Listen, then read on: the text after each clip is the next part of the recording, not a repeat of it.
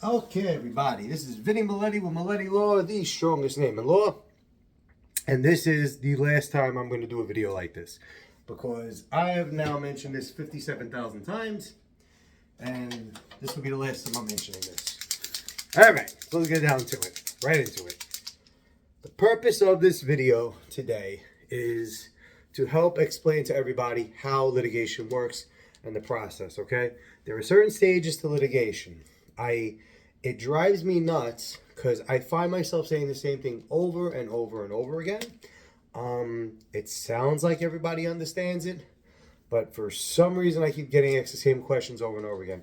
I understand none of yous are familiar too much with the legal process. So I'm going to make this video. I'm going to put this video in my email at the bottom. It's going to be client training. And I want you to always use this video to, I want you to always use this video to kind of like, assess where you are, whatever the case is, and understand a little bit better because we spend so much time on the phone discussing this over and over again routinely that it's driving me bonkers. Okay. Now, I don't know how many stages. We'll figure out how many stages there are in total. The pleading stage. Okay. So this is stage 1 of litigation, okay? Pleading stage. This is where you have, your complaint, your petition, your motion for summary judgment in lieu of complaint.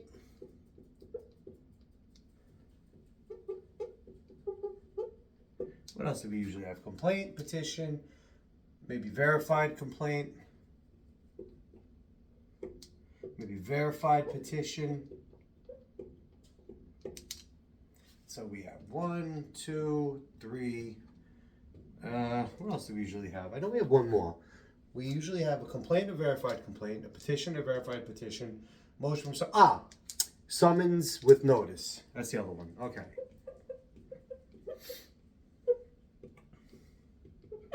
Okay. All right. Now, let's go. Pleading stage. This is the very beginning of the litigation. This is, we're filing our beginning documents. As you can see what they are here. It is, let's come a little bit closer so you can actually see this chicken scratch. Okay. Sorry about that glare. All right, whatever. You'll be able to see it. Okay. So, pleading stage. This is the very first stage of litigation. As soon as we file, this is what you see. So you have your summons, a complaint, your verified complaint. Remember, the difference between a regular complaint and a verified complaint is the client signs and notarizes the verified complaint, which has the effect of firsthand knowledge. Judges, for whatever reason, don't seem to pay attention. Some judges pay attention, some don't. But a verified complaint should be, better, stronger. Petitions come up when you're asking the government to do something. So you're petitioning, an Article 78 proceeding. You're petitioning the Department of Transportation to stop bothering you. You're petitioning the DCAS to stop bothering you. You're filing this petition because you're asking the government to do something. So a complaint, you're filing against somebody else. The petition, you're asking the court to do something, or you're petitioning a certain outcome. Motion for summary judgment in lieu of complaint. This is when you have a contract. It's a contract case, but it's like a very specific contract case. It is simply a demand for money from the very front end. You could have an affidavit of judgment. You could have like a firm contract that is like an unconditional repayment option. So that's a motion. That usually get a motion for summary judgment in lieu of complaint. So I said that fast. A motion for summary judgment in lieu of complaint. And we'll come back to that because summary judgment's at a later point in time. But you'll understand the power once I go through the structure. Then you have your summons with notice. In this instance, you file your summons with the court. You say we're summoning, I don't know, Mr. Maletti. We're sending the summons for Mr. Maletti to come to court. And, you don't have a complaint filed with that. You have notice of a complaint, which just basically gives like this rundown. The response to that will typically be notice of appearance with a demand for the actual complaint, and then they have 20 days to file the complaint. But that's not important. What's important here is stage 1 is the pleading stage. Okay? Boom. Now, what happens during the pleading stage? Well, when you get one of these filed, what could happen is they could file their motion to dismiss, which sucks because this makes your case like run longer and more unnecessary and inefficient. So they can file their motion to dismiss. They could file an answer, which is the best for us. They can file an answer with counterclaims or with cross claims. Let me think, what else is there? Motion dismiss. But they could file some kind of stipulation. We could agree to something. We could agree to take somebody out of the case. Stipulation. We could agree to dismiss somebody from the case. We could agree to give them more time to respond, etc. But these are your responses generally to your pleading stage. As far as time frame is concerned, it really depends. When this is the complaint, all the stuff is filed, you usually have 20 to 30 days to respond based on, they usually have 20, 30 days to respond based on what you filed. If they file a motion to dismiss, it's now become a 6-month process. So the pleading stage could take anywhere from, let's just say, timeline could take, and I'm only telling you about the time frames. I'm not going into each detail. That's for other videos. That's a lot of information. But the pleading stage is going to last between 8 to 12 months, okay? So probably a year. Should you get out of the pleading stage, should you survive a motion to dismiss or whatever the case is, which is, the worst is probably the motion to dismiss, that's probably the worst. Well, the longest term is probably an answer with counterclaims, and then someone else files a motion to dismiss, whatever. But let's just say 8 to 12 months is average, right? Once you get past that, you go into the discovery stage. Here's where you do, you do your interrogatories, you do your request for production, you do your depositions, you do your demands for insurance, Here, you're discovering the documents needed, the information needed to bring your case forward. Here's where a lot of the meat happens. This is where, if you're a defendant, this is where you're spending all your money. This is where you're spending your $70,000 in your defense cost. If you're a plaintiff, this is where you're destroying my firm and I'm spending a fortune. You know what I'm saying? So this is where a lot of the juice happens. This could last. I mean, I've had cases that have literally been 2 years. It depends on how complicated the case is. On average, let's say this will last between, 1 to 2 years on average. 1 to 2 years. Let's just say, right? So now you have your dispositive motion stage. Dispositive motion.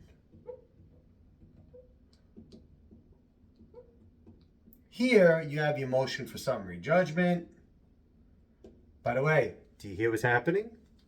What did you notice? You have your motion for summary judgment here, right?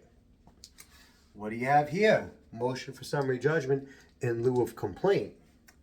What do you have here? 1 year up to 1 to 2 years.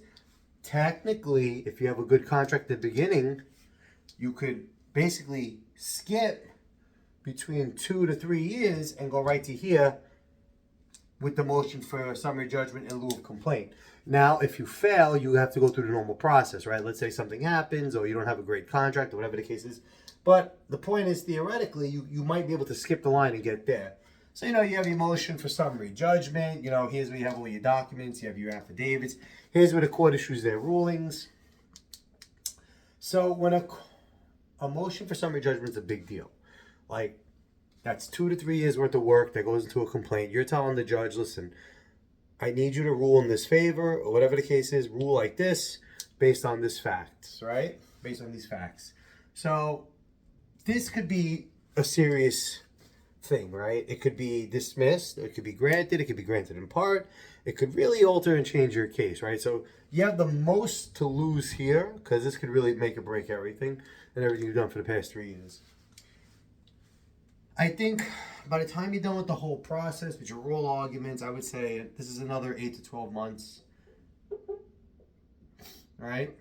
So let's say 1 year. Here's something to think about.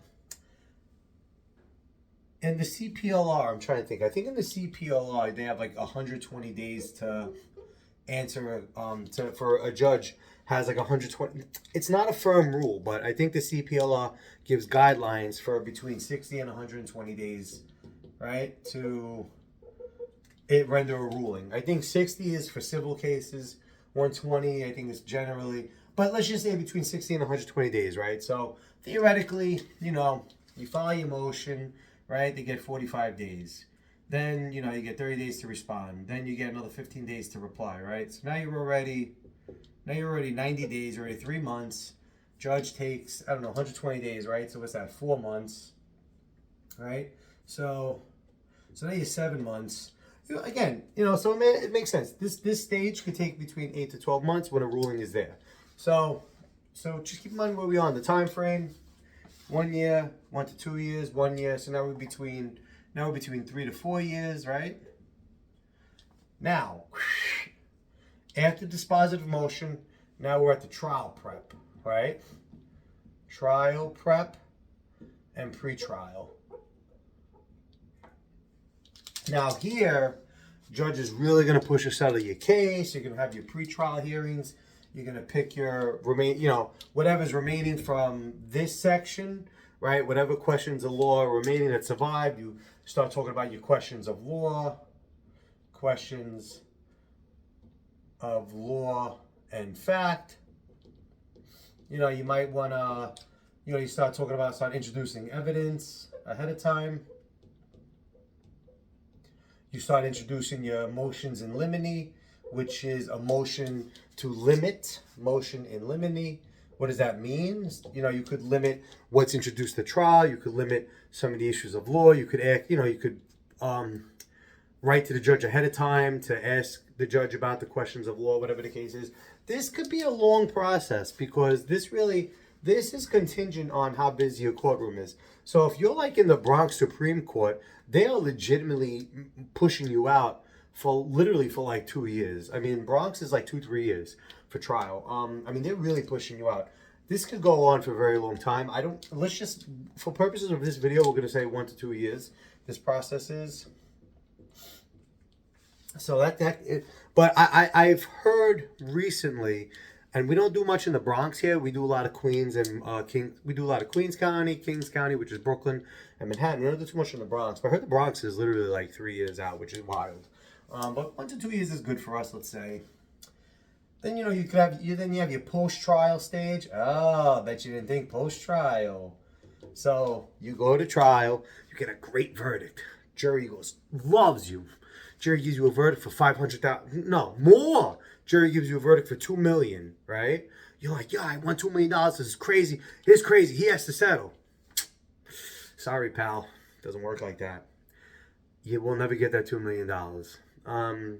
What'll happen is the insurance company, if there is one, will step in and fight you to death to reduce that fee. That thing will be on appeal for 5 years. If they don't have insurance, there's a possibility that the company just goes out of business and then you're chasing a ghost, You're always best to get a settlement because, post-trial, chasing for your money, all the appeals that are up there, it could get very nasty. And that could be another long time. So your post-trial, again, we're just going to say 1 to 2 years. Because I've personally worked on matters in the insurance company that this has literally been about 3-4 years after a bad verdict, after a very high number for the plaintiff. We were the defendant at the time. After a very high number for the plaintiff. So let's put it this way. Let's say if the jury awards a $5 million verdict, the way the insurance company looks at that is if that is reduced to 4 million, they're still winning. So the insurance company would rather drive you nuts and offer you beans on this and fight you to death than give you that 5 million. So that's usually how it works. So keep in mind where we are, right? So for our purposes here, we have 5 stages, right? So we have 1 year, 1 to 2, 1 year, 1 to 2, 1 to 2. So let's say we pick the highest, right? 1, 2, 3, 4, 5, 6, 7, 8. You have an up to 8 years for your litigation. 8 years. Do you understand? Up to 8 years. So when you call me and you say, hey, we filed our motion to dismiss. When are they going to rule on it? It's been 6 months already. What's going on? Well, you're still in good shape. When you passed 1 year, then you take a long time. You know, going through discovery. I don't understand. When are we going on depositions? Well, you got 2 years. It is what it is. It's a very long process. So, in the end, we're learning that 1, 2, 3, 4, 5. So, in the end, we're learning that a fully litigated case could be between 5 and 8 years. Okay? That's what we're learning. So, take this whole picture in, take a look at it. Okay? You have your pleading stage, 1 year. Discovery, 1 to 2 years. Dispositive motions, 1 year. Trial and pretrial, 1 to 2 years. Post-trial, 1 to 2 years. Which brings you a total of 5 to 8 years for your litigation. Okay? So I'm erasing this, and I never do this during these videos. So let's take a good look at it, right? Let's just take a good look. We're going to take a picture here. Boom. Okay. There it is, screenshot. So now we're going to erase this. So now, let's start talking about some of these values, because this is what I want to get into. So now, because this is, and these are, the values I'm going to give you are going to be, they're not, obviously it's based on the case, okay? And I spend a substantial amount of time trying to wrap everybody's mind around what good settlements and resolutions are. Because there is something in this industry that, for whatever reason, everyone thinks that these cases are just billion-dollar cases. There's somebody chirping everybody's ear, and I've been trying to make it reasonable for everybody, because I don't want you guys to have a bad expectation, right? But this analysis is only based on the value to the insurance company. This is what you're going to get right now, okay? If you settle during the pleading stage, a good settlement is between $50K to $90K, okay? That's a good settlement. Why is that a good settlement? Because what we're looking at here is how the insurance company analyzes things and how attorneys budget, right? So an attorney case budget will be $300K on average. A defense attorney will charge their client, will show their client a budget for $300K on average. This is an average cost. This is real. This is what they would charge.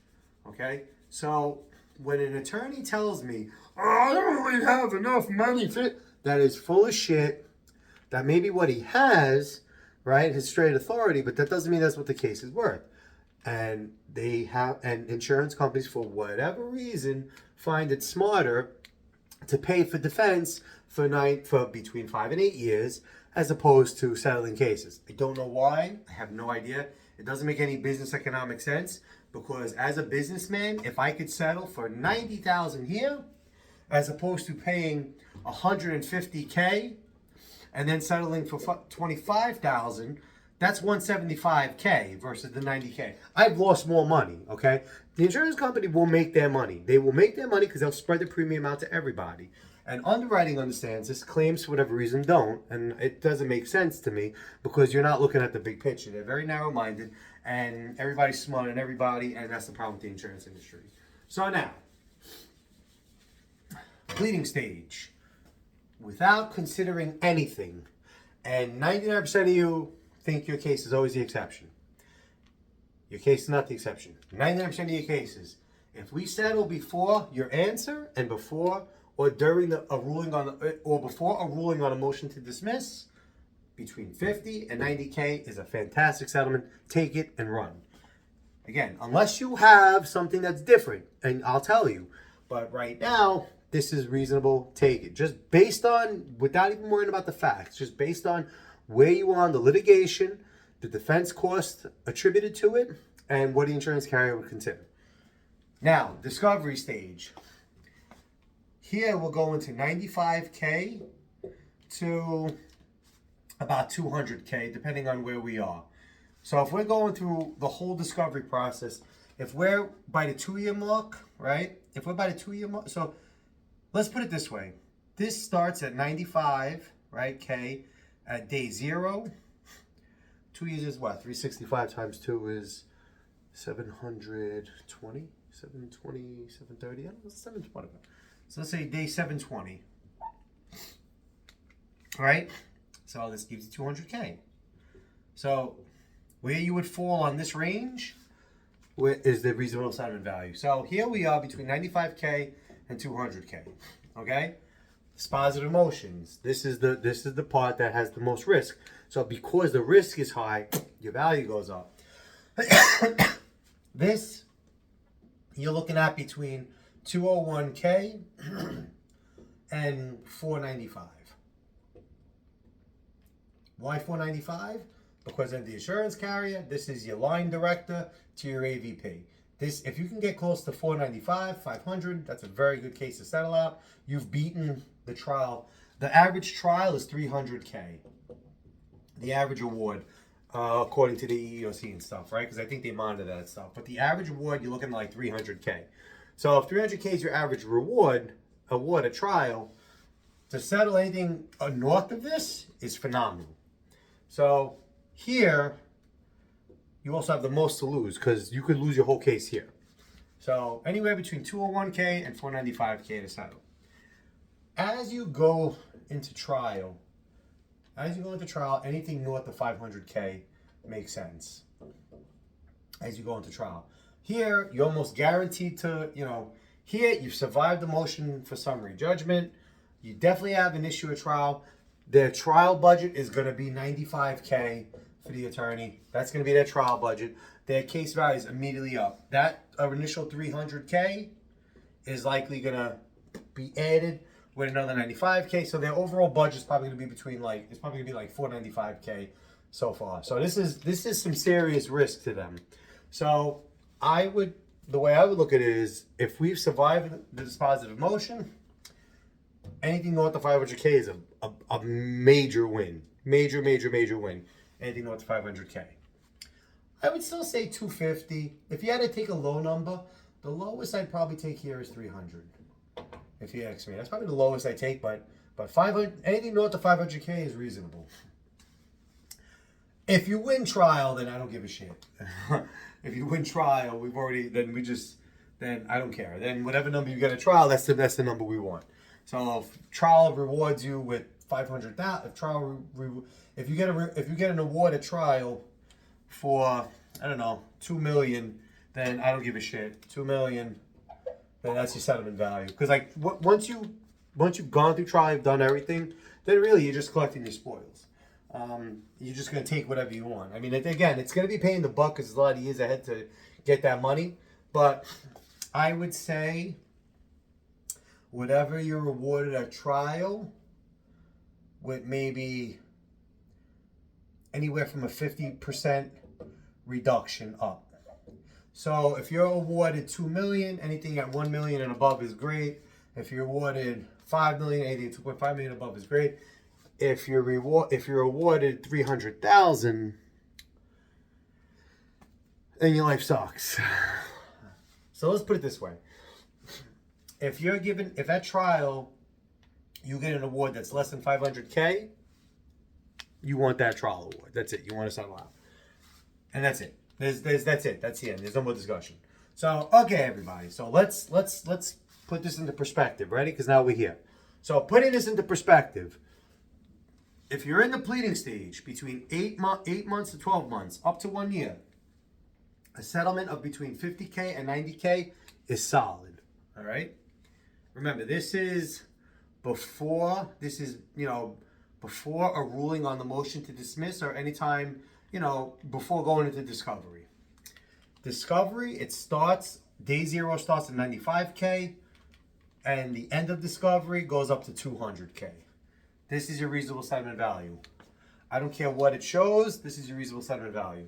Your dispositive motion stage, motion for summary judgment. Anything north of 201K to 495 is solid. This does not consider you, this doesn't take into consideration you surviving the motion for summary judgment. If you survive the motion, then you move into trial prep, okay? If you don't, if there's uncertainty, it's up to 495. Trial prep, 500K and above. But I would take 300K. I think that's fair. I would take 300K. But anything 500K and above is fine. Anything 300K and above is fine. Post-trial, if you prevail at trial, generally anything greater than 500 or greater than 50% of this. So anything greater than 500 and above is what you want to go for, basically, if you're post-trial and you get a good verdict. And remember, keep in mind, so that means, if you're putting it all into perspective, okay? Theoretically, you're here at 6 years. It could take you 6 years to get 300K. It could take you 6 years to get an award of 500K, which your portion, remember, is 61.5% because we take 38%. Okay, 38.5%. So remember, this could take you 6 years. You should not be quitting. You should not be banking your life on litigation. You should not be, this should not be your retirement. This should not be your life. Like, your life savings should not be banked on this. This is not a lottery ticket. The money is good. The money is real, but you got to wait. You're going to wait for your time, for your money. You're going to put in a lot of energy and a lot of stress and a lot of effort. It's going to take a lot of work to get there. And, the spoils are going to be great, and it's going to change your life, because even 90K is a lot of money to have in one lump sum, okay? Most people don't even have that in savings at all. Most people have nothing but debt, So this is even life-changing. But this would be really life-changing. But point is, you need to have reasonable expectations. And hopefully this video explained it thoroughly. So if you have any questions, let me know. And everything's going to be posted shortly. And you have a beautiful day.